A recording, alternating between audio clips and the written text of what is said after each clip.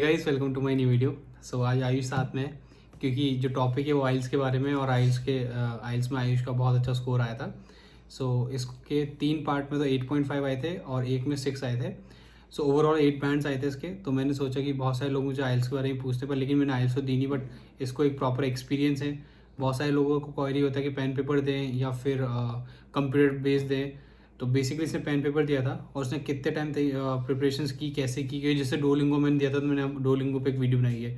तो आइल्स मैंने नहीं दी, तो मैंने सोचा कि इसकी एक प्रॉपर एक खुद का एक्सपीरियंस शेयर करता है, और बीच में मैं भी थोड़ी बहुत टिप्स ऐड कर दूंगा जो मुझे बताए। तो बेसिकली ये कुछ 5 to 6 टिप्स बताएगा जो आपको आइल्स के प्रिपरेशन से पहले, आइल्स के एग्जाम्स के टाइम मतलब पहले ही आपको फॉलो करने हैं। सो गाइस, आयुष बताएगा आपको सारे पार्ट्स अब डिटेल्स में। So Ayush, let's start and please explain कि क्या क्या इंपॉर्टेंट टिप्स फॉलो करनी चाहिए। ज़्यादा डीप में तो नहीं, पर लेकिन ऐसे कि थोड़ा आइडिया मिल जाए कोई भी अगर आइल्स के लिए एग्ज़ाम देने जा रहा है तो। फर्स्ट ऑफ ऑल तो आइल्स का एग्ज़ाम देने जा रहा है तो पहले तो थोड़ा सा जैसे ही एग्ज़ाम सेंटर में जाए तो थोड़ा काम रहे, क्योंकि वहाँ पे थोड़ा सा ऐसे ही रहता है। कई लोग आते हैं जो पढ़ के नहीं आते हैं, थोड़ा डराते हैं कि हमारा इतनी बार फेल हो गए, इतनी बार हो गया वो, तो ऐसे करके ऐसे उनके साथ बिल्कुल दूर रहना उनसे। और जो अपन स्टार्ट करते हैं पहले लिसनिंग से, 4 मॉड्यूल होते हैं तो सबको पता होगा, लिसनिंग, रीडिंग, राइटिंग और स्पीकिंग। तो फर्स्ट ऑफ ऑल स्टार्ट करते हैं अपन लिसनिंग से। तो लिसनिंग के लिए आप जितना हो सके उतना यूरोपियन पॉडकास्ट और टेड टॉक्स को सुनो, बिकॉज कैम्ब्रिज की बुक आती हैं आइल्स में। अगर आप जैसे बुक करते हो तो कैम्ब्रिज की एग्ज़ाम की बुक आएंगी 4 मॉक्स की, तो वो तो यूरोपियन एक्सेंट में उसमें होगा सब कुछ। तो यूरोपियन जितना हो सके यूरोपियन पॉडकास्ट सुनो। और उसके बाद अपन रीडिंग की बात करते हैं, तो रीडिंग में आप द गार्डियन न्यूज़पेपर है उस पर जाकर ज़्यादा फोकस करो, क्योंकि उसमें से उठ के आ जाएगा एक ना एक पैसेज तो। और रीडिंग में ये है कि जितनी ज़्यादा आप रीडिंग करोगे और जो जितनी ज़्यादा आप करते रहोगे और उसके बाद जितना आप उनको समझोगे, तो उसमें डिपेंड करता है कि रीडिंग में मेरा कम आया था, 6 आया था, क्योंकि मैंने रीडिंग की इतनी प्रिपरेशन करी नहीं थी। मुझको लगा था कि हो जाएगा पर नहीं हो पाता।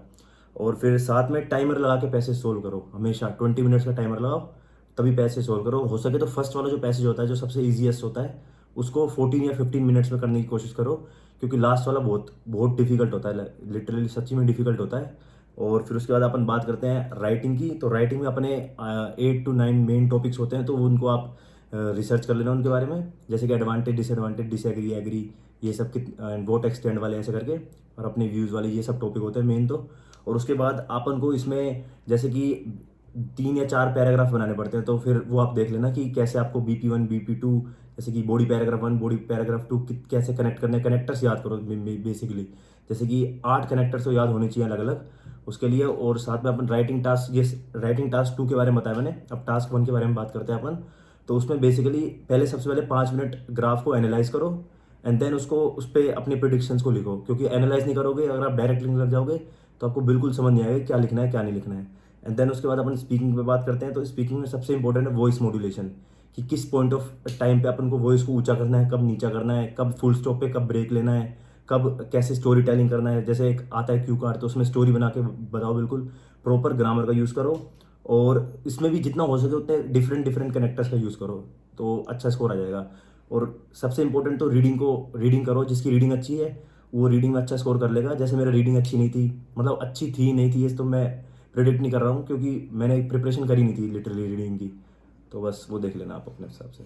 सो बेसिकली गाइज, जब मैं भी प्रिपरेशन स्टार्ट कर रहा था, लाइक आज से 1 साल पहले, लाइक लास्ट अभी रमज़ान चल रहे हैं और मैं भी रमज़ान से भी, तो लास्ट रमज़ान जब मैंने प्रैक्टिस कर रहा था तो मैं ट्यूशन्स भी ले रहा था आइल्स की, बट मैंने एग्जाम्स में अपेयर नहीं किया था, क्योंकि पता नहीं मेरे को क्या, मतलब मेरे को शायद अपना जो I-20 हो बिना आइल्स के आ गया था, तो मैंने सोचा कोई नीड नहीं देने की। बट अभी जब मैंने वापस सोचा वापस देने के लिए, तो मैंने आयुष ने मुझे अपना स्कोर बताया था, तो मैंने सोचा मैं दे देता हूँ एग्ज़ाम। तो इसने मुझे काफ़ी टिप्स दी थी, बेसिकली सारी यही टिप्स है जो इसने मुझे दी थी, ऐसा कोई डिफरेंस नहीं है।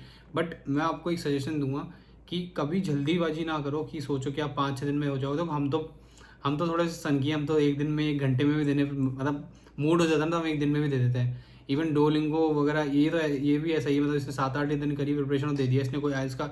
और 7 दिन पहले ये ऐसा था कि इसको आइल्स का आई भी नहीं पता था, ये आई क्या होता है आइल्स का, मतलब कुछ भी नहीं पता था कि रीडिंग में ऐसा होता है, स्पीकिंग में ऐसा कुछ होता है। इसने 7-8 डेज या मैक्सिमम 10 डेज की प्रिपरेशन करी थी, और वो भी बिना ट्यूशन्स के करी थी।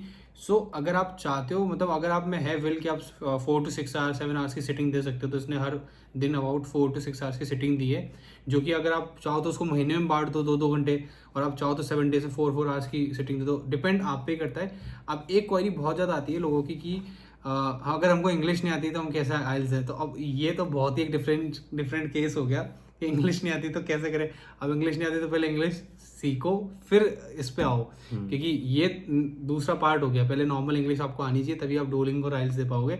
और आइल्स तो वैसे ही नहीं दे पाओगे, इंग्लिश तो बहुत, आइल्स एक इंग्लिश प्रोफिशिएंसी का सबसे टफ जो चीज़ है वो आइल्स है। टफ नहीं है मतलब नॉर्मल फर्स्ट पार्ट पे वो आता है, डुओलिंगो सबसे ईजी है। सो गाइस ये था एक प्रॉपर वीडियो। फिर भी अगर कोई डाउट हो तो आप मुझे इंस्टाग्राम पर डीएम कर सकते हो, कमेंट्स में भी कुछ भी पूछ सकते हो। एंड और आइल्स मेरे अकॉर्डिंग तो मेरे को नहीं लगता 15 डेज से ज़्यादा आपको लगना चाहिए। 15 डेज इज इनफ, 2 आवर्स रोजाना ले लो। और थोड़ा सा अगर मैं टिप्स ऐड करना चाहूँ तो देखो, स्पीकिंग भी नॉर्मल है, लिसनिंग भी एक बार नॉर्मल है, सबसे ज़्यादा आपको रीडिंग पे ध्यान देना। मतलब बहुत सारे लोगों को मैंने ये भी देखे 8 बैंड्स आ जाते हैं, 9 बैंड्स आते हैं, 8.5 भी देखे रीडिंग में। बट आप दूसरों को देख के मतलब कि कोई आप शायद रीडिंग में अच्छे हो और मैं रीडिंग में अच्छा हूँ नहीं हूँ, ये लिसनिंग में बहुत अच्छा हो और मैं राइटिंग में बहुत अच्छा हूँ, तो किस पार्ट में बेस्ट हो, जो पार्ट में आपको लगता है ना कि मैं इसमें बेस्ट हूँ तो उसमें तो 9 लाने की ट्राई करो, क्योंकि फिर वो ओवरऑल जो होगा ना वो आपको कहीं ना कहीं अच्छे पार्ट पे ले आएगा। मान लो कि आपके रीडिंग में 6 आ गए और मान लो स्पीकिंग में भी अच्छे नहीं तो आपके मान लो 6 आ गए, बट आपने मान लो कि राइटिंग और लिसनिंग में अच्छे हो 9 ले आए, तो वो ओवरऑल 7+ ले जाएगा आपको, 7.5 8 7 ले जाएगा। तो बेसिकली आप थोड़ा ना पूरा गेम खेलो, जिसमें आप बेस्ट हो ना उसमें तो बेस्ट ही लाओ, जिसमें आप नॉर्मल हो तो इतना सोचो कि मैं मिनिमम 6 तो लाऊं उन दोनों में। सो गाइस ये था, और मैं आपको पेन पेपर सजेस्ट करूंगा इंस्टेड ऑफ कंप्यूटर का, क्योंकि कंप्यूटर में थोड़ा सा टाइपिंग स्पीड की इशू आता है। अगर आपकी टाइपिंग बहुत अच्छी है, आपको कोई एरर नहीं आएगा तो फिर आप कर सकते हो। सो गाइस मिलते हैं आपसे नेक्स्ट वीडियो में, ऐसे इन्फॉर्मेटिव वीडियोस लाता रहूँगा एंड हम दोनों आएंगे कभी कभी, देखते हैं कुछ अच्छा एक्सपीरियंस शेयर कर सकें। सो मिलते हैं आपसे नेक्स्ट वीडियो में, till then bye and please subscribe to my channel.